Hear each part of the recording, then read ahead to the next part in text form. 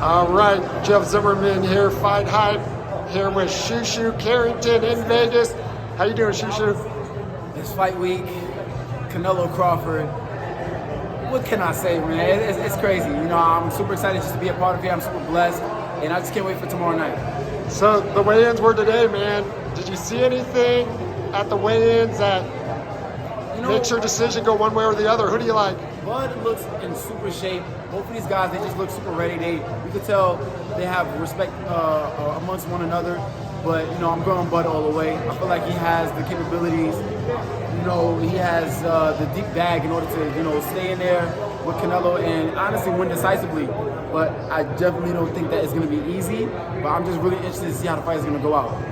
When did this shift take place? Because before the fight, before the fight got announced, everyone's like, there's no way in hell this, going up 3 weight classes, the smaller guy and all that. But now there's a lot of Crawford backers. You know, to be honest, I mean, I never thought that. I never felt like Bud was too small. Like once, I know Bud and I've, kind of play around with him from time to time and I kind of get a feel of how strong he is. I'm like, yeah, like, he can't hang with those type of guys that's in that weight class. So I feel like at this point right now, people are just seeing that he can get the weight up and look good still there. And on top of that, with his skills, it's gonna be a recipe for a great fight. And I just feel like at this point right now, everybody's just ready to see the best of the best to show down. How do you think the fight's gonna end? I think Bud's gonna win by unanimous decision. Definitely, I think he's gonna win by unanimous decision. I think the only way that Canelo could win is by knockout. I think that honestly, that's the only way I think he can win. I think the person that's in control of that fight will be Canelo-Crawford. So let's talk about you a little bit, man. Yes, your last fight on ESPN, another impressive win. Thank you. When are you going to get that big shot? Man, that's not a question for me to be asked. That's a question for the champions to be asked. I've been calling all of these guys out, and every single time I call them out, it's like, oh, I'll fight him when he gets a belt. How the heck am I gonna get a belt if all of y'all are telling me that y'all gonna fight me until I get a belt? Y'all not giving me my shot.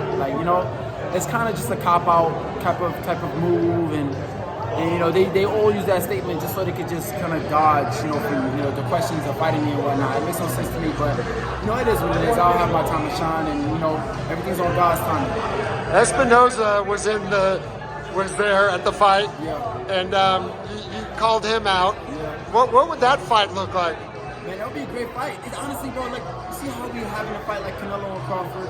I want to be a part of fights like that in myself in my career, and that's just something that I've been craving, and just kind of, been making a real stink about it. Just making a lot of noise about making the big fights happen. It just seems like a lot of these guys, they're not trying to make these big fights happen because they just moving real careful, too careful for my liking. Like if you want to really become a champion, be respected as that, fight the best of the best, and you'll get the respect that you deserve. I interviewed Keith Thurman the other day. He's got that fight with Fundora, almost kind of a similar, like a giant, right? And he said he would have to go into the fire to fight a guy, because he's got to get close enough. He has to, 100%. I feel like anybody that's fighting a guy that tall, the advantage that you have is fighting in the inside because most of the time their punches would be going over your head. You got to kind of have like a Mike Tyson a little approach, you know what I'm saying? So I think anybody that fight a guy like Fundora or like Espinoza has to have an approach like that. One last thing here with Shu Shu Carrington. We're here at the Fountain Blue fight week, day before the big fight tomorrow night, Canelo-Crawford. Looks like finally Shakur and maybe Teofimo are going to be squaring off. Break down that fight, man. Again, the best fight in the best. This is one of the fights that the fans have been craving for, and it's finally happening. I'm just happy that the fans are getting their just due, and it's about that time. All of the beef has been marinating. You know what I'm saying? It's time to it's dinner time at this point, and everybody's ready to dive in. So that's a great fight, and I really can't wait to see how that's going to turn out. And real quick, 2 real quick hitters: Jake Paul, Tank, Mayweather, Tyson. Are you good with these kind of fights? I mean, it's entertainment. Listen, this is called sports entertainment. Let's not get it confused. Like, granted, like, you know, I understand, like, boxing is super prestigious and this is sweet science, but at the same time, it's fun too, man. You know what I mean? I love the fights that's happening with Jake Paul and Tank and Mike Tyson and Mayweather. You got a lot of these guys that's bringing in that feel of like a spectacle, not just a boxing fight. It's a spectacle. This is the fun that boxing has been kind of missing for a long period of time. And you know, people want to say boxing is dead, but hey, it's looking well and alive to me.